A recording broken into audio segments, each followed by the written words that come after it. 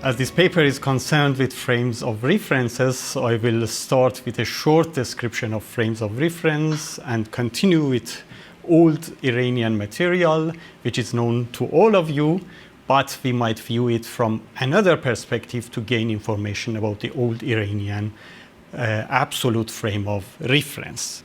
The speakers of any given language express spatial relations in more than one way. One needs to particularly distinguish between the representation of a static and a dynamic spatial relation. It is whether the speakers refers to the position or to the movement of a body. The speaker can refer to the position as either being coordinated, it is with the help of a frame of reference, or as being non-coordinated. Topography and toponymy are the most important non-coordinated position representations. In rendering a coordinated spatial relation, the speaker will specify the position of the figure object in relation to the ground object. Thereby, the speakers of a given language use a spatial order system, that is a coordinate system or a frame of reference, to formulate the spatial relations between the figure and ground object. We shall refer to this linguistically expressed spatial relation as relator. The coordinate systems used for both the vertical and horizontal dimensions can be classified in three main types: intrinsic, relative, and absolute. In the intrinsic coordinate systems, an axis is projected on the ground object starting from its center. The direction of this axis indicates the position of the figure object. For instance, the ball is in front of the chair if we refer to the position of the ball in figure A. While in intrinsic coordinate system is a binary spatial relation, the relative or egocentric system constitutes a ternary relation. An intrinsic relation is based only on figure object and ground object. In a relative relation, moreover, there is a viewer. The relative type assumes a perspective and uses the physical axis of viewer's body to indicate the position of the figure object. For instance, the ball is in front of the chair if we refer to the location of the ball in figure B. In the absolute coordinate system, speakers use relators that are both independent of the location of the figure and ground object and of the viewer. For example, the ball is north of the chair in figure C. It is worth to highlight there are several absolute frames of reference. For example, the geocentric system with the four cardinal directions can be used as an absolute frame of reference. However, this absolute frame of reference is not the only absolute coordinate system. Moreover, several types of spatial coordinations are often present next to each other in a given language, and they are used in parallel. This happens sometimes, but not always, with different frequency, allowing us to recognize a predominant type. The Max Planck Institute for Psycholinguistics in Nijmegen did extensive research on frames of reference beginning with the 1990s. According to one of its first results, different languages employ different coordinate systems. In particular, these researchers investigated languages in which an absolute frame of reference is dominant. The research carried out in Nijmegen went beyond language-based studies. The research group was equally concerned with nonverbal cognitive processing of spatial relations. The experiments were conducted among the speakers of the languages with a dominant frame of reference. The intriguing result of these studies was that the frame of reference used by the speakers of a language to encode spatial relations for nonverbal purposes correlates with the dominant frame of reference in their language. Beyond establishing the correlation of the two coordinate systems, the research team made an attempt to state the direction of the dependency. Old Iranian languages, Avestan and Old Persian, use intrinsic, relative, and absolute frames of reference. In the following, I will only concentrate on the absolute coordinate system and attempt to determine it for the Old Iranian period. In doing so, I will draw on 4 groups of evidence: Avestan text, Zoroastrian spatial practice, it is ritual direction, the spatial order of countries in the country list of some Achaemenian inscriptions and visual representations, and lastly, the orientation of Achaemenian architectural structures. All of these building blocks as evidence here are discussed in my book on concept of space, but I am putting this in all of this evidence in another framework to infer about the absolute frame of reference. Therefore, I apologize to bring you some known material, but probably we can view it now from another perspective, which gives us information about the absolute frame of reference in the Old Iranian period. As a result of projecting their own absolute frame of reference onto Avestan, contemporary scholars of ancient Iran tacitly took the 4 main cardinal points, north, east, south, and west, as the cardinal points of the Avestan absolute frame of reference.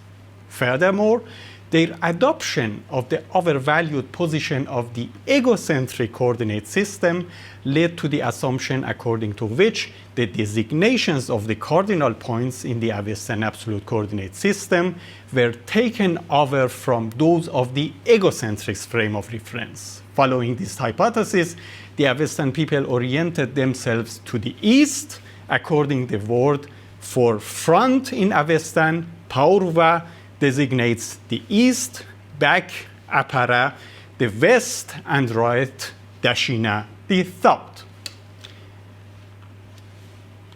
In Avestan, however, there are other terms that seem to denote the cardinal points of an absolute frame of reference.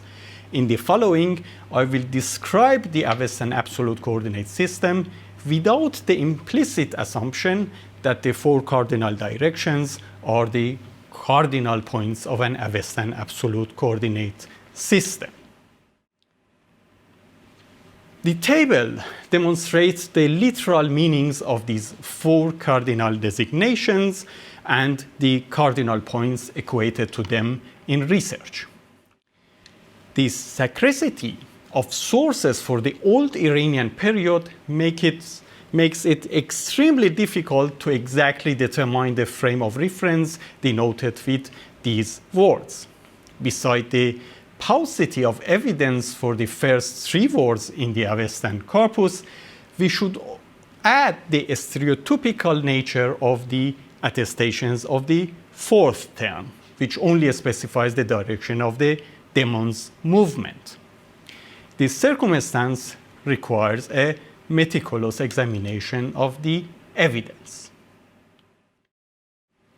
The 2 words ushastara and daushastara occur in 2 verses repeated without distinction in Yash 10 and Yasna 57. They designate 2 parts of earth-river boundary, Hindu.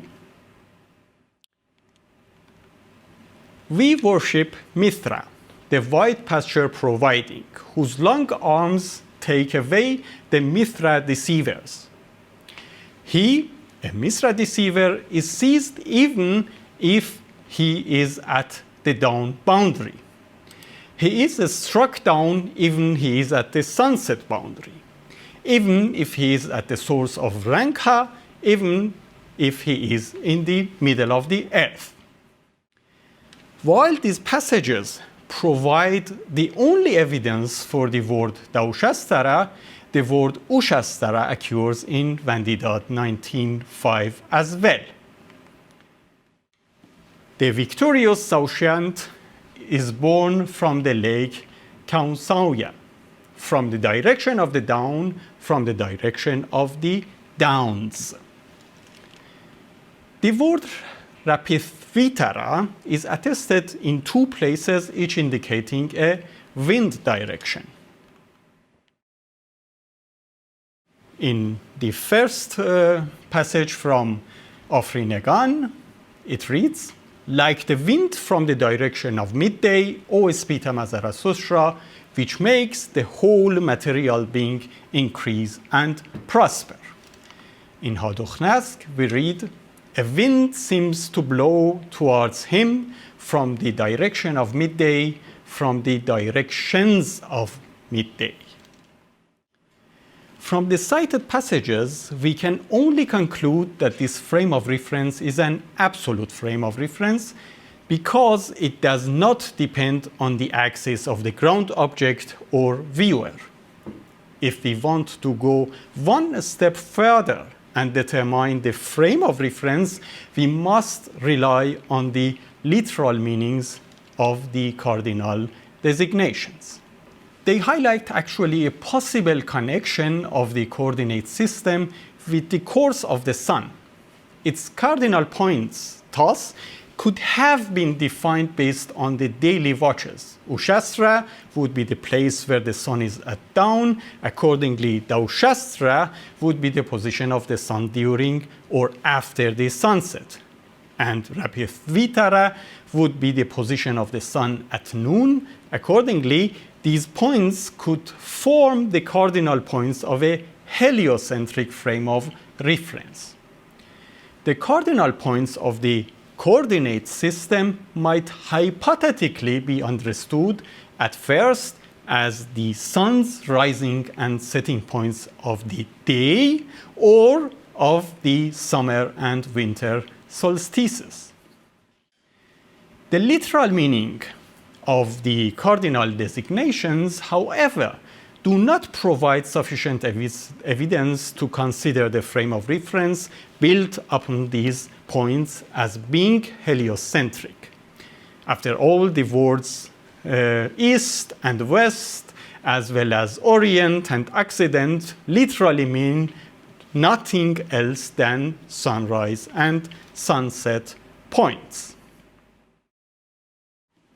The decisive element for the identification of the Avestan absolute frame of reference is to be found in the stanzas in which the directional designations occur in the plural.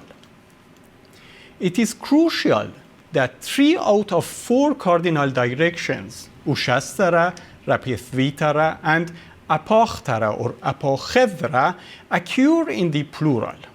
It is also essential that a plural form is no exception in relation to the total number of occurrences of the cardinal directions. More than half of the total passages indicate the direction both in the singular and plural forms. Michael Witzel correctly points out that, I quote, repetition of the statement in the singular and plural need not to be an empty formula, end of quotation, that can mean, quote again, from the north and from all northern directions, north, northwest, northeast, end of quotation. However, since he tacitly takes the Avestan coordinate system as a geocentric and similar to other researchers, does not consider the possibility of a different frame of reference, he misunderstands, in my opinion, both the significance of the phrases and their actual meaning. Rendering of the directional terms in the plural proves that they do not denote a single point, but sets of points. Unlike a cardinal system with 4 main cardinal directions, in which each of the 4 directions is simply denoted by a constant point, each coordinate term in the Avestan coordinate system might denote a sector. The 2 borders of each sector would have to indicate hypothetically the sun positions at the 2 summer or winter solstices or of the day. From the point of view of a person standing on the ground, it is according to the pre-Copernican model, these sectors can be determined as follows. The sunrise point at the summer solstice would make the northmost point of the Ushasra sector, while the winter solstice sunrise marks its southernmost point. If the same perspective is applied to the Daushasra zone, then the boundary points are mirror inverted to each other. Accordingly, the Rapithvitara sector should then have to cover the area between the rising and setting points of the winter solstices and rising and setting points of the winter solstices, and Apachtara sector constitutes the arc between the same points on the summer solstice.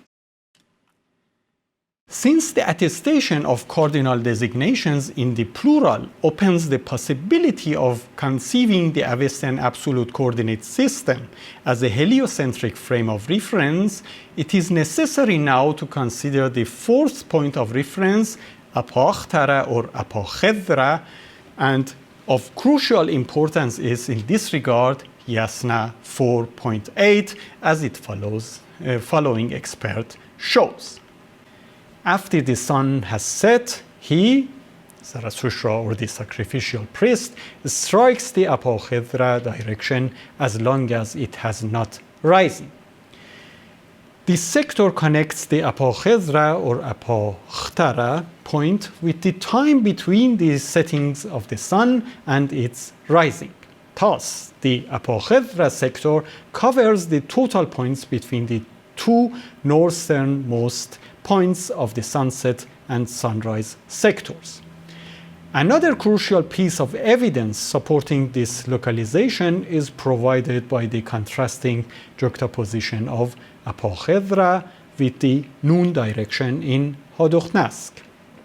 The near complete mirroring of the facts in both passages suggests that Apakhedra represents the direction opposite to the midday direction. It is the midnight direction.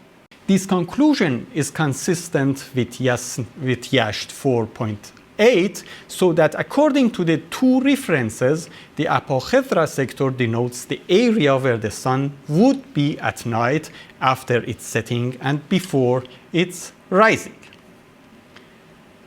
The hypothesis is also in harmony with the more probable etymology suggested by Witzel for Apakhedra, situated against the setting sun, since it embodies the direct opposition to Rapithvitara. Scholars in Iranian studies hold 2 opposing perspectives about the orientation of Zoroastrian rituals in the Avestan period. According to the first one, the Zoroastrian priests oriented their ritual surface toward the east, like their ancient Indian relatives did. According to the second, the priest faced south, just as was the case in the post-Avestan period. Due to the agreement between this later hypothesis and the direction of the ritual surface in contemporary Zoroastrianism, it meets greater scholarly consensus. In other words, these researchers project the direction of the contemporary ritual surface for the Yasna ritual onto the reconstruction of all rituals in the Avestan period. Concerning ritual direction, however, older Zoroastrian literature presents informative passages which, taken at face value, exempts us from invoking an apparent lack of sources and project ritual directions adopted in the recent tradition onto more ancient times. As we can accept, the more significant evidence about ritual orientation comes from the Nerangestan. These sections dealing with the drone ritual, as we heard last week, indicate the direction of the ritual surface when it is performed in a house or in the wilderness. For instance, Nerangestan 52.14 and 15 reads, if one performs a drone ritual in a room, literally house, and it has a door, a single door, then barsum tips are to be directed toward the door. And even if it is directed toward the midnight direction, if there is a fire there, this barsum direction does not affect, because they are to be directed toward the fire. Soshan said, they must not be directed to the midnight direction, as we expect from Soshans. The next passage, if it has 4 doors, there is one who says it is as in the wilderness. For in the wilderness, the barsum tips should be directed toward the midday direction from morning to evening, toward the sunset point from evening to midnight, and toward the sunrise point from midnight to morning. The above 2 Nerangestan's passages discuss the direction of the ritual area inside the closed area and in the open space, respectively. Accordingly, the following criteria determine the direction of the ritual area. Inside or outside, the existence of a fire in the room, the existence of 1 or more doors in the room, and last but not least, the sun's position. The Nerangestan's indications about the direction of the outdoor ritual surface clearly do not prescribe a geocentric fixed orientation, but a spatio-temporal direction. As a result, ritual direction is co-determined by the time of day. This means that the priest must direct the sacrificial grass toward the sun's standpoints when the sun is present, and toward its last or next standpoint when the sun is absent, depending on which sun's appearance time is closer to the time of performance. And as we read here, it goes completely in harmony with with the remark Professor Schwartz made last week about the barsum and baresman. In another Nerangestan passage, orientation toward the sun after sunrise is prescribed as above passage. As soon as the sun comes up a little, one should point the barsum in the direction of the sun. According to this passage, the ritual orientation in Zoroastrianism must have been heliocentric when the Middle Persian Nerangestan commentary was written. Accordingly, the choice of the noon direction for the orientation of the ritual area during the day can be interpreted in 2 ways. First, the ritual area during the day was always oriented toward the midday point, it is toward the south. Second, it was directed to the corresponding standing point of the sun in the sky. This means that the directions in Nerangestan 52, despite the use of special terms in the singular, designates a sector and not a single point. Although the above Nerangestan passages are only preserved in Middle Persian and are not based on Avestan original, their statements should also apply to the Avestan period. If one accepts that the ritual directions in the period when the Middle Persian interpretations to the Avestan Nerangestan was composed, presumably the Sasanian period, was heliocentric and not yet fixed to the south, the ritual orientation in the Avestan must have also been heliocentric. It is otherwise unlikely that the geocentric coordinate ritual direction in the Avestan period changed to a heliocentric orientation in the Middle Persian period. Moreover, to the already cited Middle Persian Nerangestan passages, one can add direct Avestan evidence demonstrating the heliocentric ritual direction for the Avestan period. In this regard, Yasht 12.3 states that the sacrificial grass must be oriented toward the sun's standpoint. If it confirms that the ritual area is to be oriented toward the sun, literally along the path of the sun, it is not directed to the east or to the south. Its direction depends on the time of day in which the ritual is performed. Similar to the phrase Paitisha hu advanem in Yasht 12, the phrase hu paiti advanem in Vandida 2.10 determines the direction of Yima's movement toward the sun. Crucial to determining the direction of the ritual area is that these passages do not specify the position of the sun, but its path. Consequently, the sun's path of movement seems to be important for the ritual orientation than the sun's standpoint.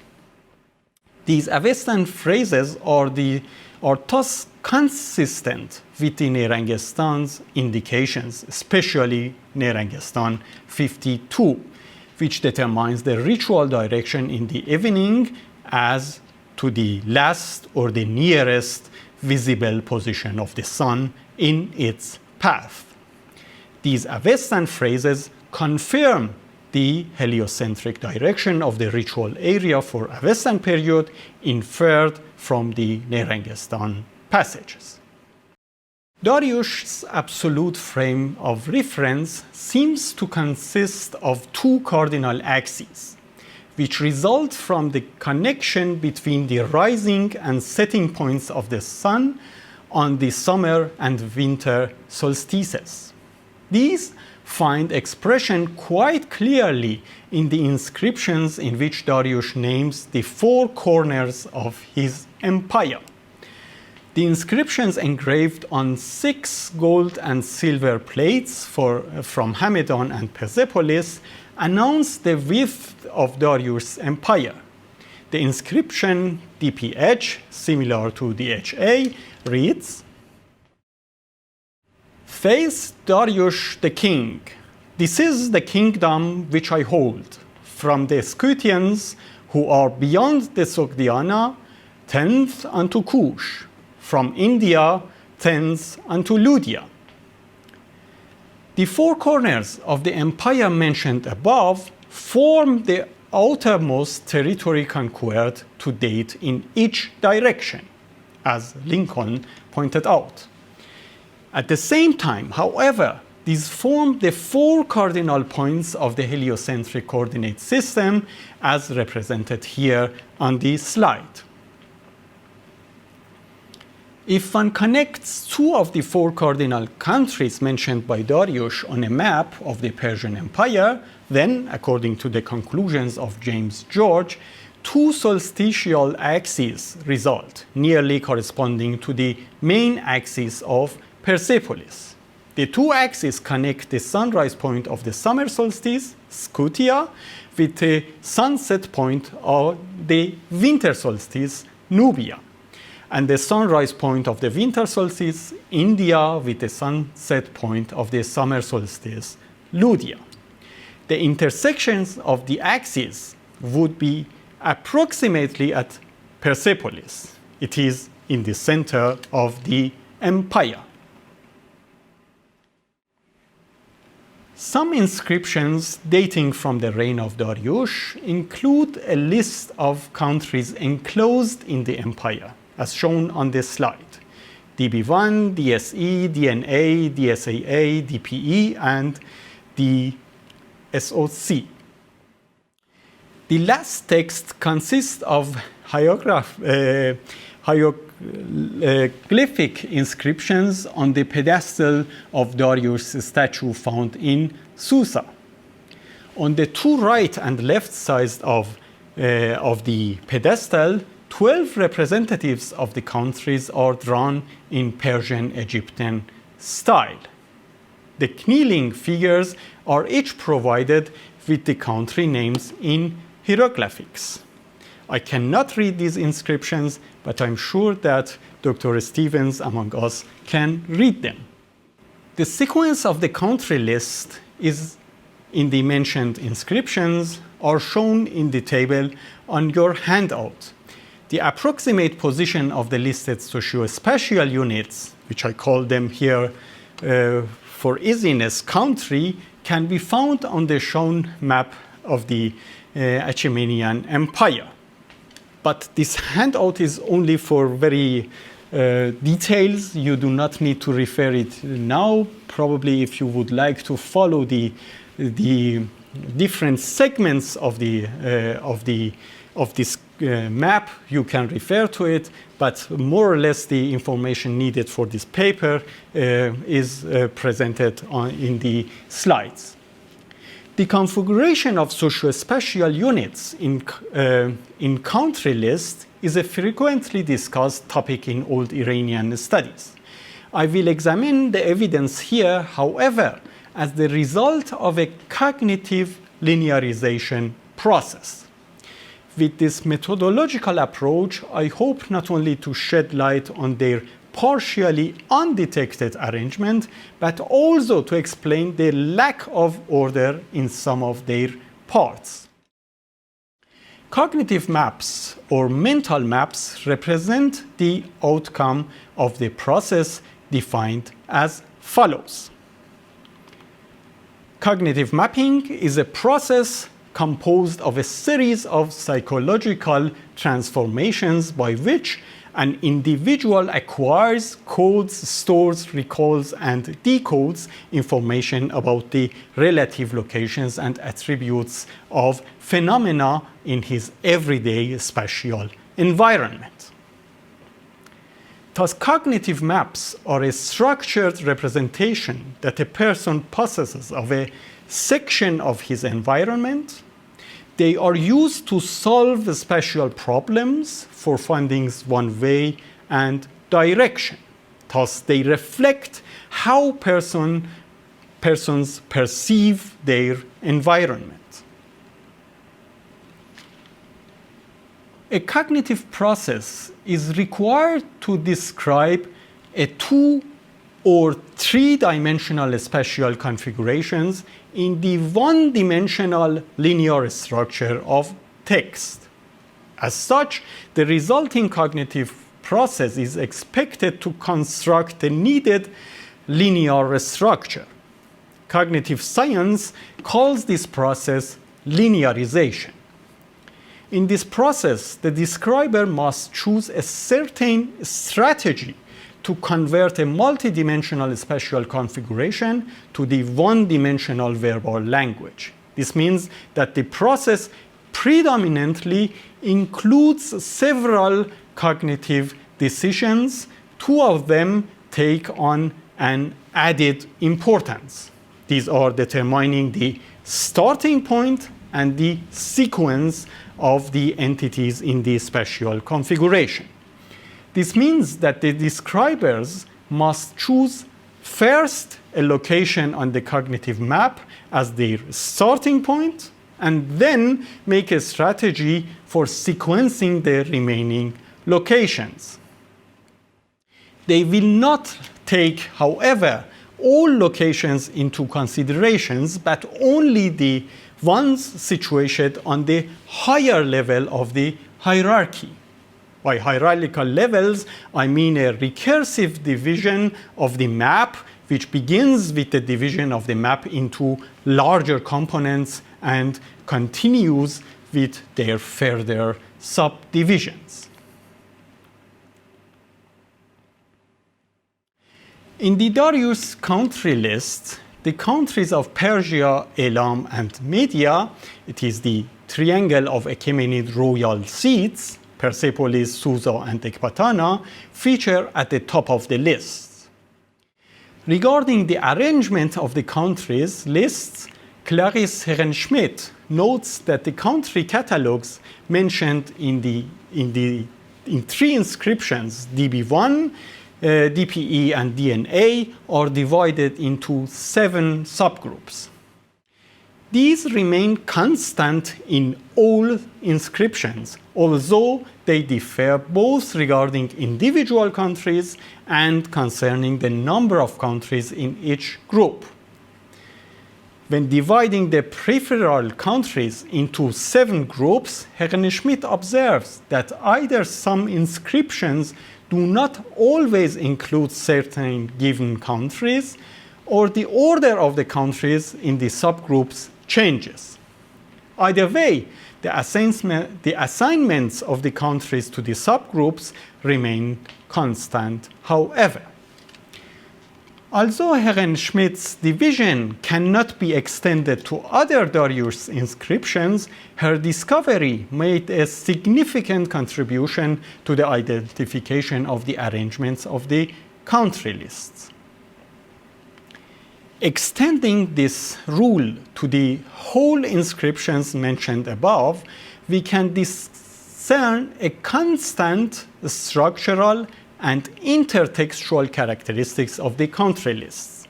The countries on Darius' inscription appear in 9 constant subgroups as listed in the table. In a short appendix to his book, Essai sur les origines du mythe d'Alexandre, Paul Gukowski provided observations about the arrangement on the list of countries in the inscription DNA, which significantly influenced subsequent research. Although many of his claims can no longer be verified and the worldview he attributed to Darius seems to be only partially correct, the importance of his ideas can hardly be doubted. In Gukowski's opinion, the countries are arranged in 3 concentric circles as well as in 4 cardinal directions. According to Gukowski, the residencies of the great king, Persia, Media, and Elam, are situated at the center, in the inner circle, and at the intersection of the 4 cardinal axes. In the next step, Darius lists the countries in the middle ring. He facing north first lists the northern countries and then the eastern, the southern, and finally the western countries. In each of the 4 groups of the middle circle, the countries are arranged according to the connecting routes. 7 peripheral countries are assigned to the outer circle, which are arranged in a clockwise direction. The last 2 countries, which are in the middle circle, according to Gukowski, are added later. Gukowski's representation highlights the reason for opening the country lists with 3 own countries. Egocentrism in the sense of a simple division of the world into a center and a periphery. This is the first criterion in Darius' linearization strategy. We cannot support Gukowski's hypothesis of 3 concentric circles in the arrangement of the list of countries in DNA because DNA does not list the whole countries placed by Gukowski in the outer ring at the end of its list. Therefore, the assumption of a 3rd link in the arrangement of the countries does not seem plausible. As can be seen in the figure, Gukowski divides the countries located in the middle ring into 4 groups, each assigned to a main cardinal direction. Peter Kallmeier provides an essential correction to this. Die Richtungen sind in Wahrheit wieder die schrägen, dem Gräzisten und Europäern ungewohnten. The directions are in truth again the oblique ones, unfamiliar to the Graecists and Europeans. They are not, according to the Kallmeier, the four cardinal directions, but four oblique directions: northeast, southeast, southwest, and northwest. Given the direction of the four radii for the arrangement of the peripheral countries in the country list, the question immediately arises why Darius used oblique directions for the linearization of his imperial map and not directly the four main cardinal directions. Kallmeier answers this question by referring to the Babylonian wind directions. He assumes the existence of the civil wind directions besides the cardinal directions. Wir können also konstatieren, dass die bürgerlichen Windrichtungen schon im 3. Jahrtausend existierten und dass sie auf babylonischen Landkarten gültig waren. Ob Darius sie hierher entlieh oder etwa von elamischen Schreibern, wissen wir nicht. I can think of several arguments against this hypothesis.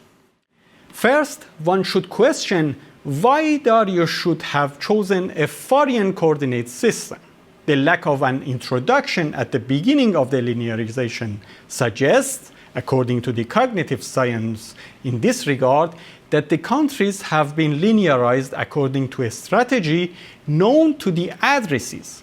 Second, as we will see next, Achaemenid architecture does not use the cardinal directions. Third, a certain confusion was probably inevitable should ancient Iranians have used two different absolute coordinate systems simultaneously. We can provide an answer to the question why Darius used oblique directions in his linearization strategy. Comparing the above list of 9 subgroups derived from the intertextual coherence of the country list in Darius inscriptions with the 4 cardinal directions of the heliocentric coordinate systems highlight their correspondences. The following table summarizes the assignment of the subgroups specified by Roman numbers to the solstitial points in the different inscriptions. The Arabic subscripts numbers highlight the order of the subgroups. Subgroups 2 is located around the radius from the center to the sunrise point of the summer solstice. Groups 3 and 4 around the radius to the sunrise point of the winter solstice. In contrast, subgroup 6 on one side and groups 7 and 8 on the other side are located around the radii to the sunset points of the winter and summer solstice. Thus, we can assert the second criterion for Darius' strategy in linearizing the cognitive maps of his empire: the division of the peripheral countries into 4 cardinal groups. But it is not the geocentric cardinal directions. In the next step, 2 criteria must be asserted: the starting point and the order of the cardinal groups. This slide shows the order of solstitial points in the country lists in the different inscriptions and the 3rd and 4th decision criteria of the linearization strategy: the starting point and the direction of peripheral countries.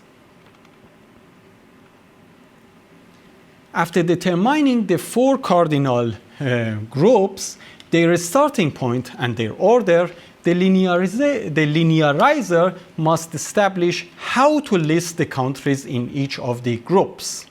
Although Darius divides the countries in his different inscriptions in the same subgroups, their respective order within the subgroups changes from inscription to inscription. Therefore, it is difficult to speak of a strategic decision here. Nevertheless, for each subgroup, a rough but not general rule seems to determine the order of the countries, and that is their distance from the center. This means that the countries of the cardinal groups are arranged radially.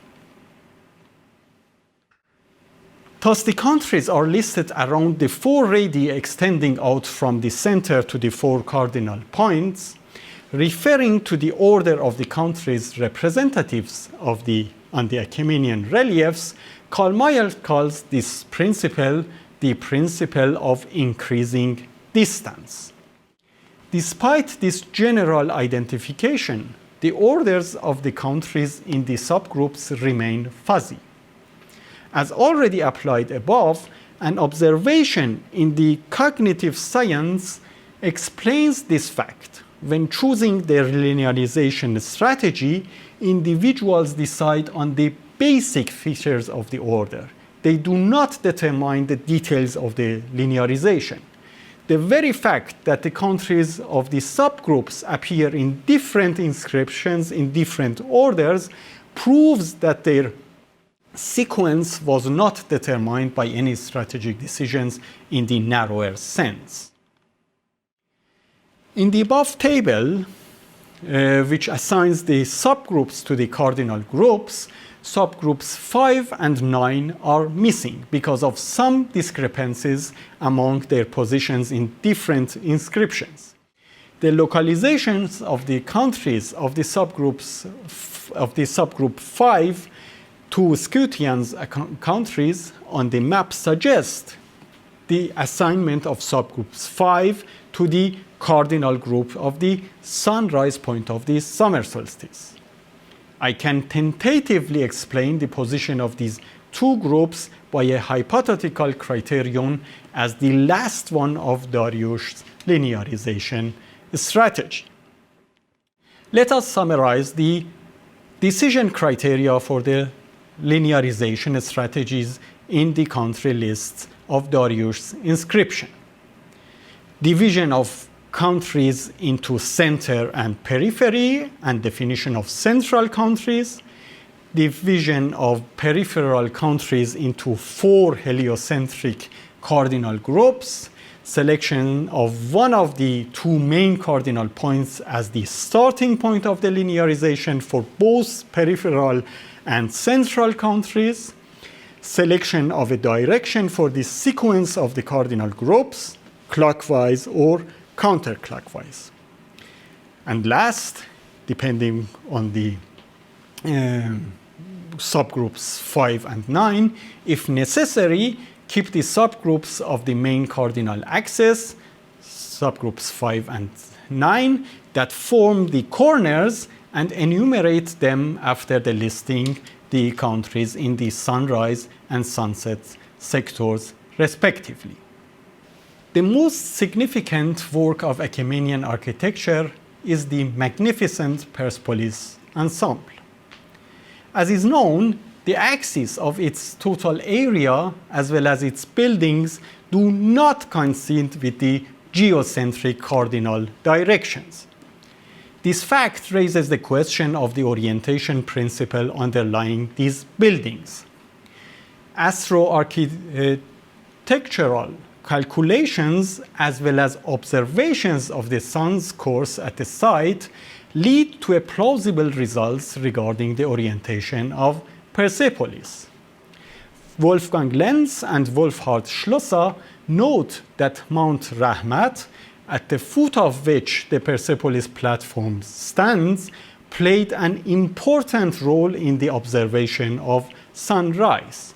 Viewed from inside the Persepolis ensemble, sunrises do not appear as if they were on the open horizon, but occur later due to the height of the Mount Rahmat. For the solstices and equinoxes of Persepolis, they calculate the azimuth at sunrise and sunset counted from south and negative to east, as shown on the table on the slide. According to Lenz and Schlosser, the long axis of Persepolis differs from the azimuths of the sun to the summer solstice by only 0.3 degrees. This means that the sunrise point at the summer solstice over the Rahmat mountain, as seen from the center building tripylon, is at an angle of 90 degrees to the long axis of building complex. From the same point of view and on the same day, the sun sets quite exactly on the line of extension of the diagonal axis of the Apadana Palace at its northwestern corner. At the winter solstice, the sunrise point is at the southeast corner of the Treasury building, which is also the southeast corner of the entire complex. In short, the orientations of Persepolis is solstitial. Its buildings are oriented according to the solstitial points. James George observed examples of solstitial orientation not only in Persepolis but also in Pasargade. The so-called Tali Takht at the northeastern end of Pasargad is oriented 300 degrees. It is 60 degrees northwest, with 1 degree error towards the sunset of the summer solstice. About the spatial relation between the gate R, Palace S, and Palace P in Pasargad, David Stronach, the excavator of the site, writes, I quote,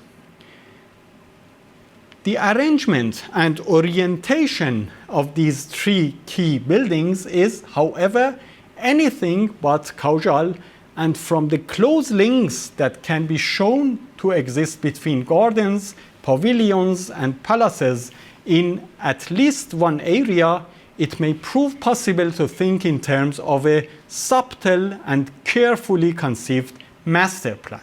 End of quotation. James George recognized at least one aspect of this master plan. The gate R and Palace S exactly lay on the axis from the sunrise on the winter solstice to the sunset of the summer solstice. My rough measurement on Stronach's plan of the principal Achaemenid monuments of the site verifies this claim if we assume that the sun sets at 299 degrees on the summer solstice. In total, it can be concluded that the buildings in Royal Achaemenid architecture were not aligned according to the geocentric cardinal points, but according to the solstitial points. From this point of view, I am looking forward to the future excavations in Parsa, which will deliver more material for the study of the spatial orientations in the Achaemenian period. The psycholinguistic studies on the frames of reference show the correlation of the frame of reference used for the nonverbal purposes and the dominant frame of reference in the language. Therefore, we are allowed to put linguistic evidence and evidence for spatial practice attested in our material together to determine the Old Iranian absolute frame of reference. Doing so, we can assert the existence of a heliocentric frame of reference in the ancient Iranian period with 4 different sources of evidence: the Avestan corpus, the spatial practice of the Avestan people, the Achaemenian inscriptions and art, and the spatial practice of the ancient Persians. It is the orientation of Achaemenid buildings. The Achaemenian material provides a stronger evidence in comparison to scarce Avestan attestations. Since this coordinated system was used in the spatial practice and the textual material of two different Iranian ethnic groups, we can argue with some degree of certainty that this system goes back to their common Old Iranian tradition. According to the orientation of the Achaemenid buildings and the order of the countries in the Achaemenid country lists, we can assert that the heliocentric coordinate system consists of 4 cardinal points, the rising and setting points of the sun at the summer and winter solstices. If one connects the sunrise point of the summer solstice with the sunset point of the winter solstice and vice versa, 2 axes of heliocentric coordinate system result which cross at the viewpoint of the observer. We should emphasize that the cardinal points of the heliocentric coordinate system depend only on the latitude of the viewpoint of the observer. Moreover, we should highlight that the angles between the axes, differently than in the egocentric coordinate system, are not 90 degrees. Intersecting the 2 cardinal axes with an assumed circle yields the 4 cardinal sectors of the Old Iranian heliocentric coordinate system: the sunrise, midday, sunset, and midnight sectors. Thank you very much for your attention and your time, for some of us at midday and for some of us at midnight.